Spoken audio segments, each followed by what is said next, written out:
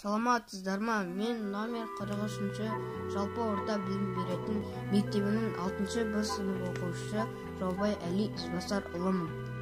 Менің атамның әкесі мен інісі Дүйсенбаев Қарағойшы мен Жолдыбай. Руы Байлы кіші жүз, бай ұлы Ысық Шырдай. Орал облысы Ойыл ауданы. Номер 20-шы ауылында 1 қаңтар 1894 жылы дүниеге келген. 1930 жылдары қара жұмыс жасап, ет тасып жүріп, Цвителинге Орынбор қаласына көшіп қоныс аударған.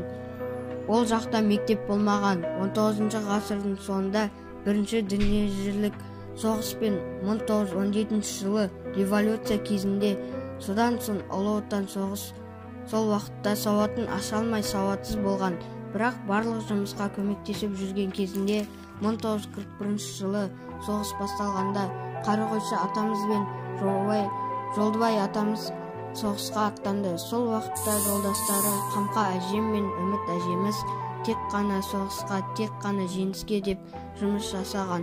Жолдыбай атамыз соғыс кезінде қайтыс болған. Артында Жаубай, Орынбасар деген балалары қалған. Қарақойшы атамыздан Балжан деген қызы мен Көшебай деген ұлы болған. Қатардағы жауынгер атқыштар батальонында атқыш болған. 1945 жылы неміс басқыншыларын жеңіп, Берлинге өз туымызды тігіп елге оралды. Германияны жеңгені үшін 1941-1945 жылы батырлығы үшін СССР маршалы Гречконың өзі төсіне соғыс ардагері медалін тақты.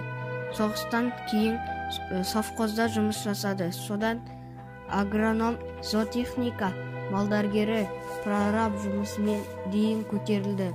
Мен осындай соғыс ардагер атаммен мақтанамын. Еліміз тыныш, жұртымыз аман, болашағымыз жарқын болсын.